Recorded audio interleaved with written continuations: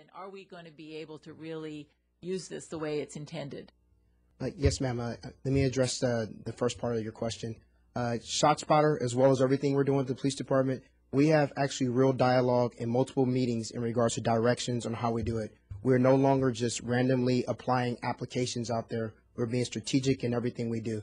Chief Batts oversees the movements and operations of the police department and gives direction in regards to how we're going to implement things. As an example, using ShotSpotter, one of the things we wanted to recognize is ShotSpotter is a technology we had before. We wanted to make it better. There was a series of meetings that took place between ShotSpotter staff all the way up to the CEO of the company and Chief Batts, where they had real dialogue in regards to what we needed, how we needed to make it tailor-made to our city. In the report, you will also see that ShotSpotter's new service model, one of the biggest problems we had last time was we didn't have the staff to monitor the system. The second problem was that we had a lot of what we call false alerts. We had made reference earlier in this meeting in regards to fireworks triggering the system.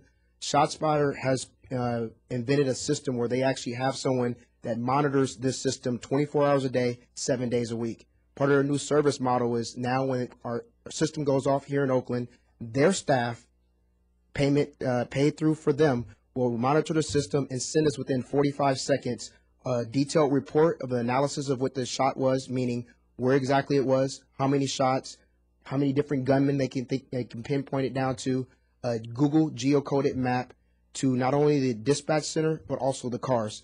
That will then cut down false alerts, false dispatching, and make us more efficient as a police department.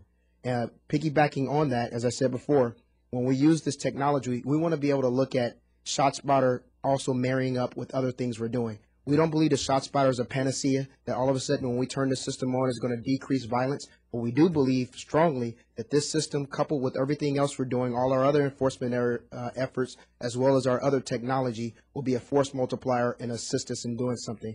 Councilmember Kaplan brought up an excellent point.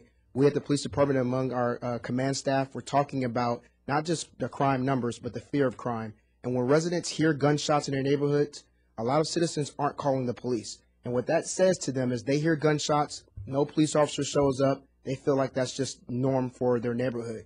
Whereas if we have this information, we have a pinpoint where it's going, and we dispatch someone, our officers will be there, the community will see that we're not condoning or tolerating this activity, and then this will also incorporate additional relationships with the community where they'll hopefully start coming forward because really they're the true technology out there, the eyes and ears of the community.